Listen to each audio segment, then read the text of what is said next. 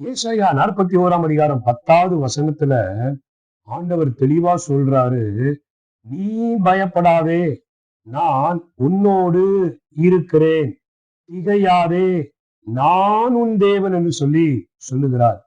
பயப்படாதே என்கிற வார்த்தையை ஏன் ஆண்டவர் பயன்படுத்துறாரு? நம்முடைய தேவன் பயத்தின் தேவன் அல்ல, நம்முடைய தேவன் பாசத்தின் தேவனாய் இருக்கிறார்.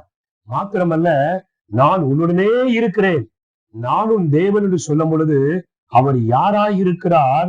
நம்மோடு கூட பிரிக்க முடியாத உறவிலே இருக்கிற நல்ல தகப்பனாய் இருக்கிறார். நல்ல தகப்பன் நமக்கு இருக்கும் பொழுது ஏன் பயப்பட வேண்டும்? கர்த்தரின் வெளிச்சமும் என் ரட்சிப்புமானவர், நான் யாருக்கு பயப்படுவேன்?